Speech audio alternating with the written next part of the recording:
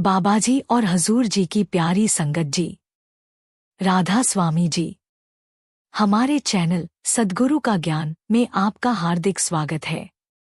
संगत जी, क्या आप जानना चाहते हैं उस स्थान के बारे में जहां न दुहक है, न वियोग, न माया की छलना, बस शाश्वत प्रेम, शांति और आनंद है। हम सब जीवन भर किसी न किसी चीज के पीछे दौड़ते रहते हैं, कभी धन, कभी सम्मान, कभी रिश्तों में स्थिरता, कभी मन की शांति। लेकिन क्या आपने कभी सोचा है, वास्तव में हम जिस सुख की तलाश कर रहे हैं वह हमें कहाँ मिलेगा? संगत जी, वह सुख, वह परम शांति सचखंड में है। पर सचखंड है क्या? क्या वह कोई स्थान है? क्या वहां पहुंचना संभव है?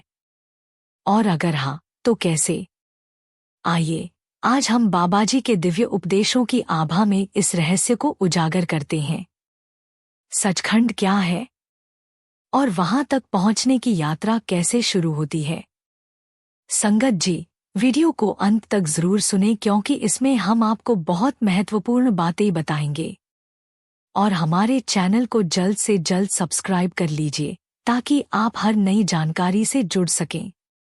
संगत जी, क्या आपने कभी खुद से पूछा है, मैं इस धरती पर क्यों आया हूं? हम रोज सुबह उठते हैं, काम पर जाते हैं, जिम्मेदारियां निभाते हैं, रिश्तों को संभालते हैं और इसी भागदौड़ में जिंदगी बीतती जाती है। लेकिन कभी एक पल ठहरकर सोचे, क्या बस यही है जीवन का मकसद? बाबाजी हमें बार बार यह याद दिलाते हैं, मानव देह कोई मामूली वरदान नहीं है, ये एक सीढ़ी है सचखंड तक जाने की। संगत जी, यह शरीर हमें यूं ही नहीं मिला, ये हमारे अनेक जन्मों के पुण्य कर्मों का फल है। न जाने कितनी बार हमने प्रार्थना की होगी, न जाने कितनी बार हमने तप किए होंगे, जो आज यह अनमोल अवसर मिला है, मानव जीवन का अवसर। पर अफसोस, हम अक्सर इस जीवन को बाहरी चीजों में ही उलझा देते हैं। बड़ी गाड़ी चाहिए, बड़ा घर चाहिए, समाज में मान सम्मान चाहिए। लेकिन इन सबके बावजूद अगर मन अशांत है तो क्या यह सब हमें सच्चा सुख दे सकता है? एक उदाहरण देखिए। मान लीजिए किसी को सब कुछ मिल गया, पैसा, नाम, सफलता। लेकिन रात को वो नींद की गोलियां लेकर सोता है, रिश्तों में तनाव है, मन बेचैन है। तो क्या वो सच में सुखी है? संगत जी, सच्चा सुख तब मिलता है जब आत्मा को उसका मूल मिल जाए, जब हम उस परम स्रोत की ओर लौट चले जहां से हम आए हैं। और यही है सचखंड की ओर बढ़ना। संगत जी, मानव जीवन का असली लक्ष्य है खुद को जानना, मन को साधना, सेवा सुमिरन और सत्संग के सहारे परमात्मा की ओर लौटना। संगत जी, एक बहुत महत्वपूर्ण बात हमें समझनी चाहिए कि यह जो मनुष्य जीवन है वह किसी साधारण चीज से कम नहीं है। इस जीवन को प्राप्त करना बहुत ही दुर्लभ और कठिन है। पालतू जानवरों और पक्षियों को यह पुण्यवान देह नहीं मिली है। प्रभु ने इस अद्भुत वरदान को केवल मनुष्य को ही दिया है। इस देह में ही वह शक्तियां और संभावनाएं हैं जो हमें परमात्मा के दर्शन और सचखंड की ओर ले जा सकती हैं। निचली योनियों में सिर्फ जीव भटकते रहते हैं, पर मनुष्य देह ही वह अवसर देती है जहां हम अपने कर्मों से, अपने सच्चे प्रयासों से और नाम की कमाई से उस परमात्मा तक पहुंच सकते हैं। बाबाजी हमेशा कहते हैं, जो इस जीवन को व्यर्थ गवा देता है वह फिर कब यह दुर्लभ देह पाएगा? यह बहुत गहरी बात है संगत जी।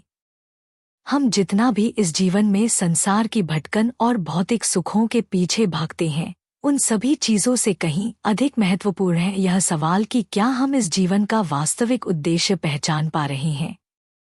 क्या हम यह समझ पा रहे हैं कि हमें सच्चे आत्मिक उद्देश्य की ओर बढ़ने का अवसर मिला है, जिसे हम हर दिन की साधना से साध सकते हैं?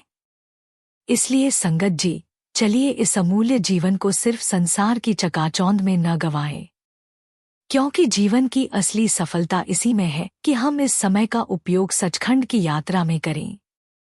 यही हम सबका सच्चा उद्देश्य है, और यही हमारी आत्मा के सर्वोत्तम मार्ग पर चलने की सफलता है। मनुष्य देह एक अमूल्य तोहफा है।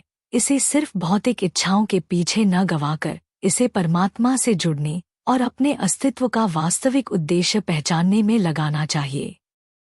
हम जब भी नाम सिमरन, सेवा और ध्यान जैसे साधनों का अभ्यास करते हैं तो हम धीरे धीरे उस दिव्य स्थिति की ओर बढ़ते हैं जहां हम परमात्मा से जुड़ने लगते हैं। यही है जीवन का सच्चा उद्देश्य और यही हमें सचखंड की ओर ले जाने वाला मार्ग है। हम सभी को यह समझना चाहिए कि यह जो जीवन हमें मिला है वह सिर्फ बाहरी सुखों को भोगने के लिए नहीं, बल्कि अंतर्मुखी साधना और सच्चे आध्यात्मिक उद्देश्य को प्राप्त करने के लिए है। सचखंड की यात्रा ही इस जीवन का सर्वोत्तम उपयोग है। संगत जी, हम सब जीवन में किसी न किसी गंतव्य की ओर बढ़ रहे हैं। कोई करियर बनाना चाहता है, कोई घर बसाना, कोई रिश्तों में सुख पाना। पर एक ऐसा गंतव्य भी है जो इन सब से परे है, सचखंड। अब सवाल उठता है, सचखंड आखिर है क्या? क्या वो कोई आकाश में स्थित स्वर्ग जैसा स्थान है, या फिर कोई मंदिर, तीर्थ या किसी पर्वत की चोटी? अब सवाल उठता है, सचखंड आखिर है क्या? क्या वो कोई आकाश में स्थित स्वर्ग जैसा स्थान है, या फिर कोई मंदिर, तीर्थ या किसी पर्वत की चोटी? बाबा जी बहुत सरलता से समझाते हैं, सचखंड कोई भौतिक स्थान नहीं है, बल्कि चेतना की वह अवस्था है जहां केवल परमात्मा का प्रकाश है। वहां मैं और मेरा मिट जाता है। वहां केवल वह ही है। सचखंड शब्द दो भागों से बना है। सच यानी वह सत्य जो न कभी जन्मा, न मरेगा। खंड यानी एक लोक, एक अवस्था या एक स्तर। गुरबाणी में आता है, सचखंड वसै निरंकार, कर कर वेखै नदर निहाल। श्री गुरु ग्रंथ साहिब, अंग 8। संगत जी, इसका अर्थ है, सचखंड वह अवस्था है जहां परम निरंकार स्वयं वास करते हैं, हर पल अपनी कृपा दृष्टि से सबको देख रहे हैं और वहीं से संपूर्ण सृष्टि का संचालन कर रहे हैं। अब जरा इसे एक सरल उदाहरण से समझते हैं। संगत जी, मान लीजिए आपके मोबाइल में बहुत सारी ऐप्स हैं, कुछ मनोरंजन की, कुछ काम की। लेकिन जब फोन की बैटरी ही खत्म हो जाए तो क्या कोई भी ऐप चलती है? नहीं। बस ऐसे ही ये सारी सृष्टि, संसार, देह, मन, विचार, विज्ञान सब सचखंड रूपी परमात्मा की चेतना से ही जीवित हैं। वो परम सत्ता ही है जो सबको ऊर्जा दे रही है। लेकिन संगत जी, सचखंड कोई ऐसी जगह नहीं जहां हम मृत्यु के बाद पहुंच जाएंगे, बल्कि यह वह आंतरिक अवस्था है जिसे एक जीव जीते जी भी अनुभव कर सकता है, अगर वो भजन, सुमिरन, सेवा, सत्संग और गुरु कृपा के सहारे अपने मन को शांत कर ले। बाबा जी कहते हैं, जिस दिन मन की तरंगे रुक जाती हैं, उस दिन आत्मा को उसका स्रोत दिखाई देने लगता है, और वही है सचखंड। संगत जी, सचखंड की बात कोई कल्पना नहीं, कोई भावनात्मक उत्साह नहीं। यह एक जीवित अनुभव है जो हर साधक को गुरु कृपा और साधना से मिल सकता है। संगत जी, क्या आप कभी इस उलझन में पड़े हैं कि सचखंड सिर्फ संत महात्मा ही जा सकते हैं? बाबा जी बहुत सुंदर ढंग से समझाते हैं, सचखंड कोई स्थान नहीं, बल्कि चेतना की एक अवस्था है जहां मन, अहंकार और माया का प्रभाव नहीं होता। वहां केवल प्रेम, शांति और अनंत आनंद होता है। अब जरा एक पल के लिए अपने आसपास के अनुभवों पर नजर डालिए। एक व्यक्ति ऑफिस से थककर घर आता है, लेकिन उसका मन इतना भटक रहा होता है कि उसे परिवार से भी संतोष नहीं मिलता। कोई मंदिर जाता है, पूजा करता है, लेकिन सोचे वही हैं, भविष्य की चिंता, बीते कल की कसक। कोई व्यक्ति ध्यान लगाने की कोशिश करता है, लेकिन मन एक मिनट में 100 दिशा में दौड़ जाता है। तो क्या ये लोग सचखंड के पास हैं? नहीं संगत जी, क्योंकि उनका मन, जो असली यात्रा का साधन है, अभी भी बाहर ही दौड़ रहा है। सचखंड की यात्रा बाहर की नहीं है, ये एक अंदर की यात्रा है। ये उस क्षण की यात्रा है जब मन शांत होता है, जब मैं मिट जाता है और केवल वह रह जाता है। संगत जी, आपने देखा होगा, कभी कभी भजन करते करते आंखों से आंसू बहने लगते हैं, या अचानक कोई अजीब सी शांति और प्रेम का अनुभव होता है। वही सचखंड की झलक है। सचखंड कोई 5 सितारा होटल नहीं है जहां वीआईपी लोग पहुंचते हैं, बल्कि यह वह आंतरिक अनुभव है जहां आत्मा खुद को परमात्मा से एक महसूस करती है। बाबा जी कहते हैं, जब मन का शोर थमता है तब भीतर की धुन सुनाई देती है, और वही सचखंड का प्रवेश द्वार है। संगत जी, जैसे एक रेडियो में सिग्नल तो हमेशा होता है, लेकिन जब तक चैनल ठीक से ट्यून न हो, आवाज नहीं आती। वैसे ही सचखंड हमेशा हमारे अंदर है, लेकिन जब तक मन ट्यून नहीं होता, सुमिरन, सेवा और सत्संग से, तब तक उसकी धुन सुनाई नहीं देती। तो सचखंड कोई ऐसा स्थान नहीं जहां हमें जाना है, बल्कि वो एक अवस्था है जहां हमें पहुंचना है। और वो संभव है यहीं, इसी जीवन में। चलो संगत जी, अब बाहरी दौर से थोड़ा हटकर उस अंदर की यात्रा शुरू करें, जहां सचखंड बसता है, जहां सच्चा आनंद हमारा इंतजार कर रहा है। संगत जी, अगर कोई हमसे पूछे सचखंड तक पहुंचने का रास्ता कहां से शुरू होता है, तो उत्तर बड़ा सरल है, अपने अंदर से। पर उस अंदर की यात्रा के लिए भी एक सच्चे मार्गदर्शक, सही दिशा और सही साधनों की जरूरत होती है। चलिए आज हम बाबा जी के दिव्य उपदेशों के प्रकाश में समझने का प्रयास करते हैं कि सचखंड तक पहुंचने का मार्ग क्या है। सद्गुरु की शरण पहला और सबसे जरूरी कदम। गुरु बिन ज्ञान न उपजे, गुरु बिन मिले न मोक्ष। संगत जी, मान लीजिए आपको पहाड़ के शिखर पर पहुंचना है, क्या आप बिना मार्गदर्शक के, बिना नक्शे के, बस यूं ही चल पड़ेंगे? नहीं ना। वैसे ही इस जीवन रूपी जंगल से निकलकर सचखंड तक पहुंचने के लिए सद्गुरु ही हमारा मार्गदर्शक होते हैं। बाबा जी कहते हैं, गुरु ही जीव को नाम की दात देते हैं, जो परम आनंद तक पहुंचाने वाला एकमात्र साधन है। हम कई बार सोचते हैं कि किताबें पढ़ लेंगे, धार्मिक कर्मकांड कर लेंगे तो मुक्ति मिल जाएगी। परंतु बिना सद्गुरु के मिली कोई भी जानकारी अधूरी रहती है, क्योंकि उसमें वो जीवित अनुभव की शक्ति नहीं होती जो सिर्फ सद्गुरु ही दे सकते हैं। 2. नाम सिमरन वो नौका जो पार लगाती है। नाम की महिमा अगम अपारा, जिससे तरे संसार सारा। संगत जी, आपने देखा होगा, जीवन की कितनी ही परेशानियों में हम उलझे रहते हैं। बाहर से सब ठीक दिखता है, अच्छा घर, अच्छा खाना, परिवार, पर फिर भी भीतर बेचैनी क्यों? क्योंकि मन शांत नहीं। नाम सिमरन वही औषधि है जो इस बेचैन मन को शांति देती है। बाबा जी समझाते हैं, सुमिरन से ही मन की मैल धुलती है और भीतर का परम प्रकाश प्रकट होता है। आज की भागदौड़ भरी जिंदगी में अगर हम रोज थोड़ी देर भी ध्यान लगाकर सच्चे भाव से नाम सिमरन करें, तो धीरे धीरे अंदर बदलाव आने लगता है। चिंताएं कम होती हैं, क्रोध में कमी आती है, और सबसे बड़ा परिवर्तन मन अंदर की ओर मुड़ने लगता है। संगत जी, बाबा जी ने हमारे लिए सचखंड तक जाने का मार्ग अत्यंत सरल बना दिया है, और वह मार्ग है भजन सुमिरन का। यह कोई साधारण राह नहीं, बल्कि आत्मा की परम यात्रा है, अपने स्रोत की ओर लौटने की यात्रा। बाबा जी बार बार हमें यह समझाते हैं कि आत्मा इस संसार में बार बार जन्म लेकर भटकती रही है, पर अब यह अमूल्य मानव जीवन हमें इसलिए मिला है कि हम इस अवसर को पहचानें और नाम की कमाई से परम धाम की ओर अग्रसर हों। संगत जी, जब हम सद्गुरु द्वारा दिए गए नाम का सुमिरन करते हैं, तो पहल मन इधर-उधर भटकता है।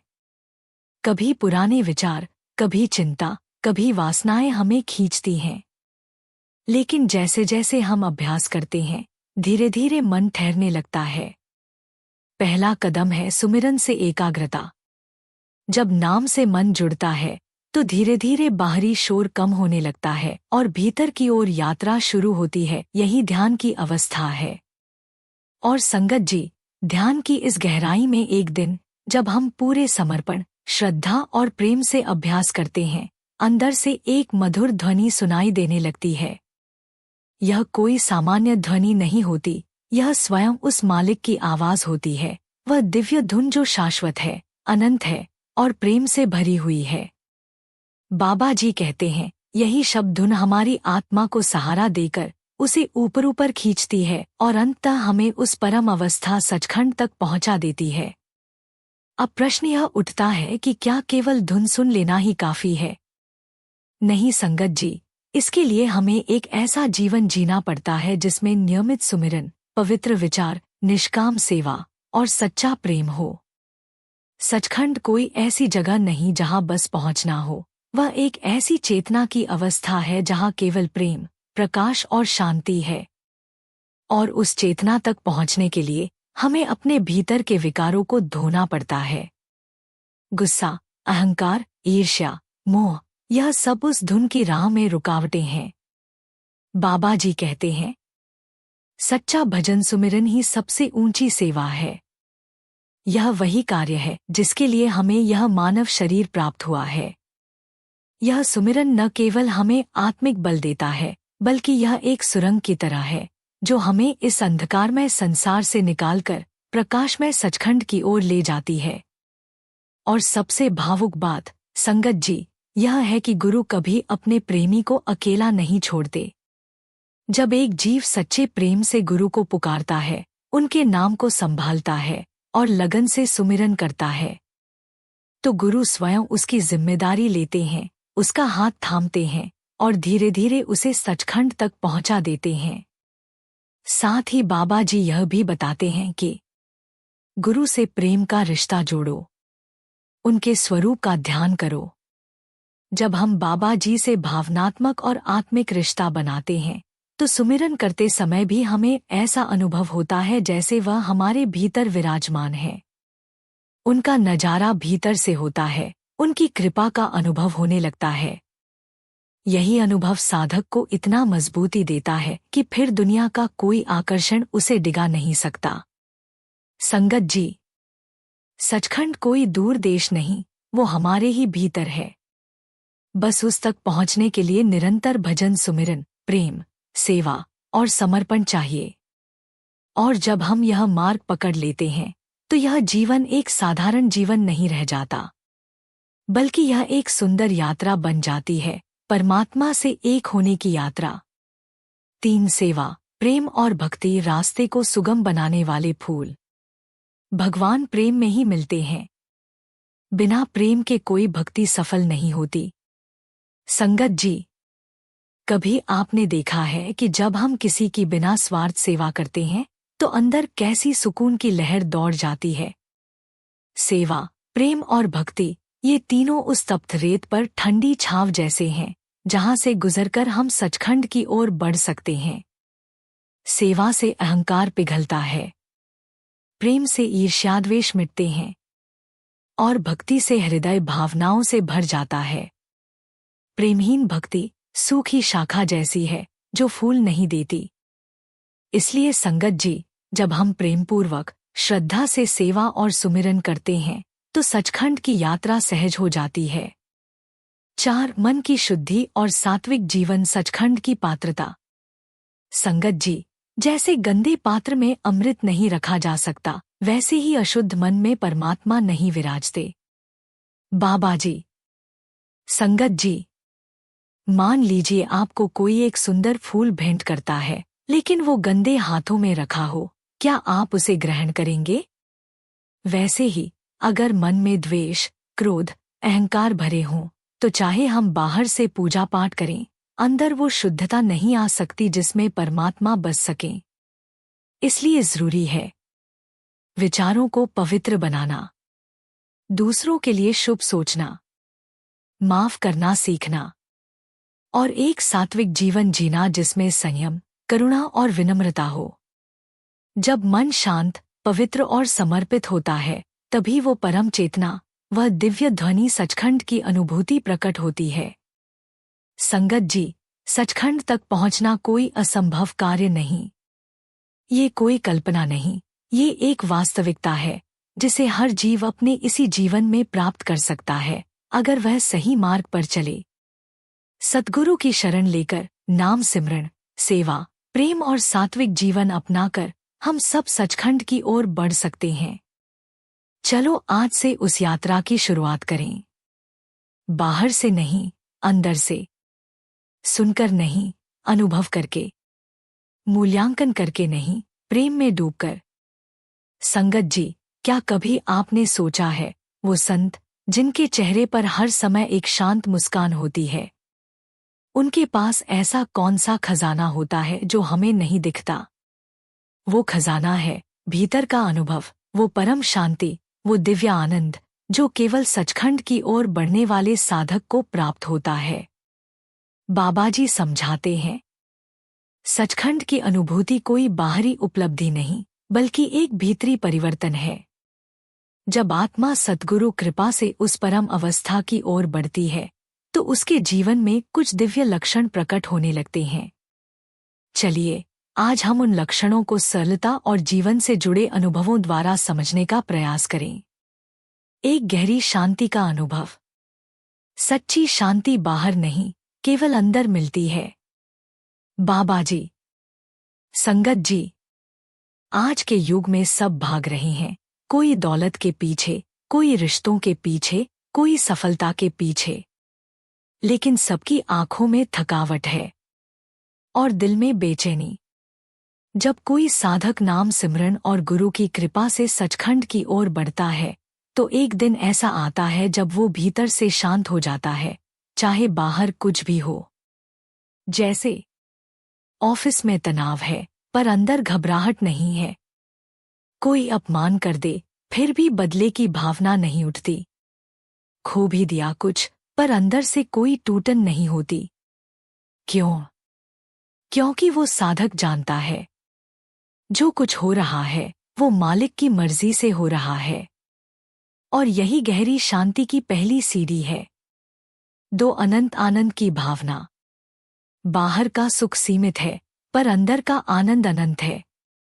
संगत जी, हमारे जीवन में कितनी ही बार ऐसा होता है, कोई बड़ी इच्छा पूरी हो जाए तो थोड़ी देर के लिए हम खुश हो जाते हैं, लेकिन फिर मन किसी और चीज के पीछे दौड़ने लगता है। पर जो साधक सचखंड की ओर बढ़ता है, वह किसी चीज में खुशी ढूंढता नहीं, उसकी भीतर की स्थिति ही आनंदमय हो जाती है। उसे अकेलेपन में भी आनंद मिलता है, उसे सेवा में सच्चा सुकून मिलता है। सिमरन करते हुए आंखों से आंसू बहते हैं, पर वो आंसू दर्द के नहीं, प्रेम और आनंद के होते हैं। बाबा जी कहते हैं, जिसके मन में नाम बसा हो, उसे आनंद खोजने की जरूरत नहीं होती, वो स्वयं आनंद हो जाता है। 4 अपने अस्तित्व का परमात्मा में विलीन हो जाना।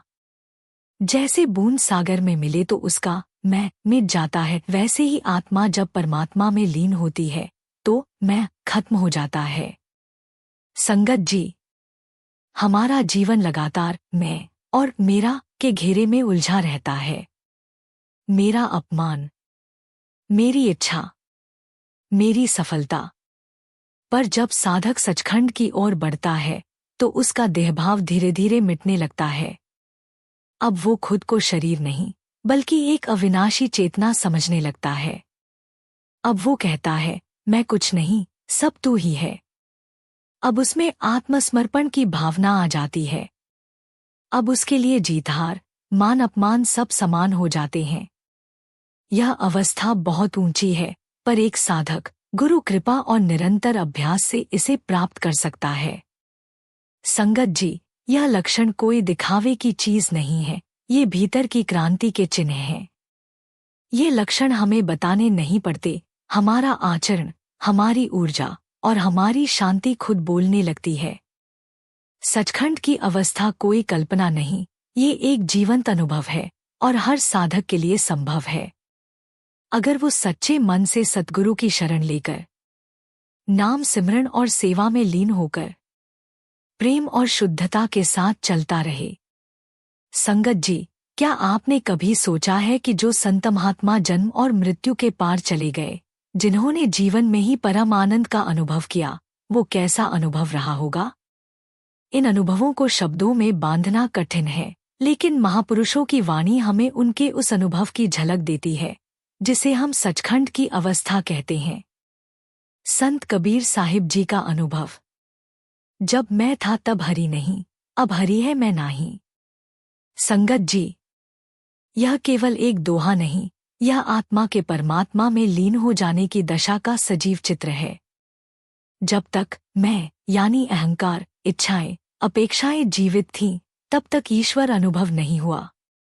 पर जैसे ही मैं मिटा, जैसे ही अहम समाप्त हुआ, वहां केवल परमात्मा बचा।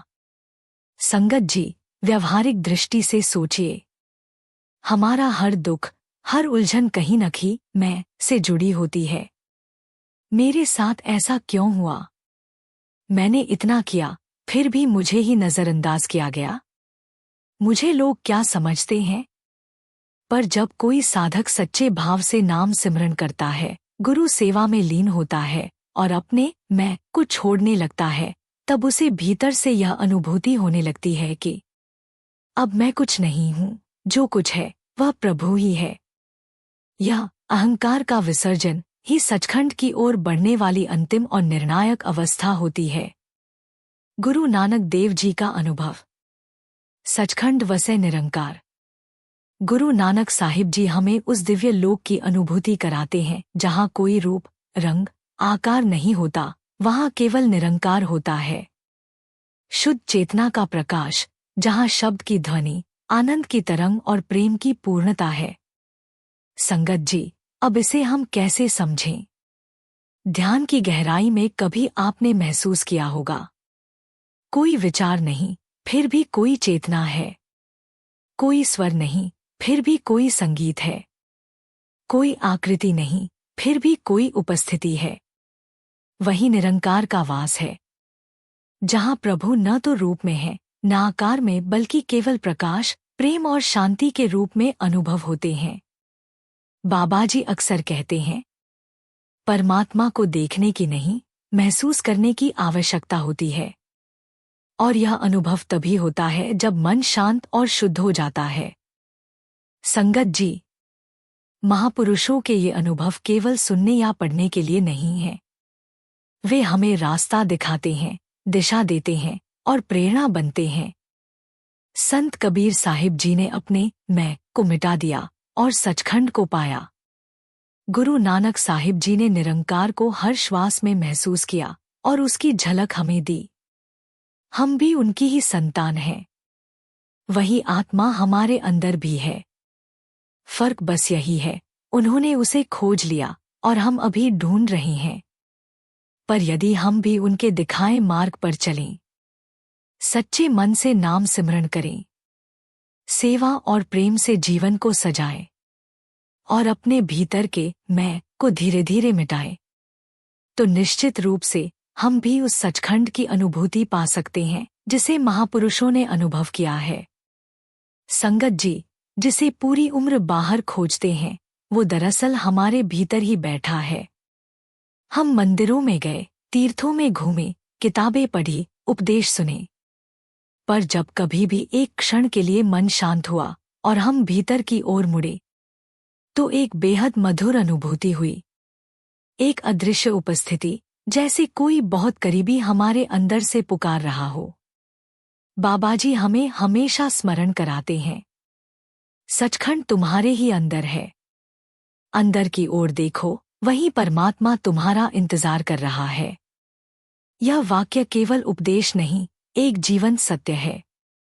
संगत जी, सोचिए, जब हम प्रेम करते हैं तो मन से द्वेष हटता है। जब हम सेवा करते हैं तो अहंकार मिटता है। जब हम सिमरन करते हैं तो मन शांत होता है। और जब मन शांत होता है, तब हम वही बन जाते हैं जो हम सच में हैं।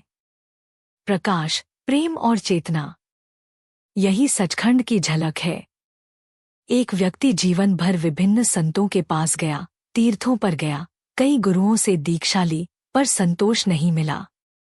अंत में वह थककर अपने गांव के पुराने संत के पास पहुंचा और पूछा, बाबा जी, मैं जीवन भर परमात्मा को ढूंढता रहा, लेकिन मिला नहीं। क्या मैं कभी सचखंड तक नहीं पहुंच पाऊंगा? संत मुस्कुराए और बोले, तू आंखें बाहर रखकर पूरे संसार को टटोलता रहा, बस एक बार आंखें बंद करके भीतर झांक ले, वहां कोई तुझे कब से देख रहा है, उसका इंतजार कर रहा है। वह व्यक्ति रो पड़ा, क्योंकि सच वो था जो उसने भीतर ही कभी नहीं खोजा। संगत जी, सचखंड पाने के उपाय अब हमारे सामने हैं। 1. सद्गुरु की शरण, क्योंकि वही हमें उस रास्ते की पहचान कराते हैं। 2. नाम सिमरन, जो मन को साफ करता है और भीतर के दरवाजे खोलता है। 3. निष्काम सेवा, जो हमारे भीतर के दोषों को जलाकर हृदय को निर्मल बनाती है। 4. प्रेम और भक्ति, जो हमें ईश्वर के स्पंदन से जोड़ती है। संगत जी, अब प्रश्न यह नहीं है कि क्या मैं सचखंड तक पहुंच सकता हूं, बल्कि यह है, क्या मैं आज से, अभी से उस दिशा में चलना शुरू कर सकता हूं? क्योंकि जिसे तुम बाहर खोजते हो, वह तुम्हारे ही भीतर प्रेम बनकर धड़क रहा है। संगत जी, बस एक बात याद रखें, सचखंड कोई दूर की मंजिल नहीं है, बल्कि यह एक अत्यंत निकटवर्ती अनुभव है। सिर्फ मन को शांत करने की आवश्यकता है। हे सद्गुरु, हमें ऐसा बल दो कि हम नाम के साथ जुड़े, अपने मन पर विजय प्राप्त करें और जीवन का असली उद्देश्य सचखंड को प्राप्त कर सकें। यदि आपको हमारी वीडियो पसंद आई हो, तो कृपया लाइक, शेयर और सब्सक्राइब करें। इससे हमें प्रेरणा मिलती है और हम ऐसे ही आध्यात्मिक संदेश आपके साथ साझा करते रहेंगे। राधा स्वामी जी।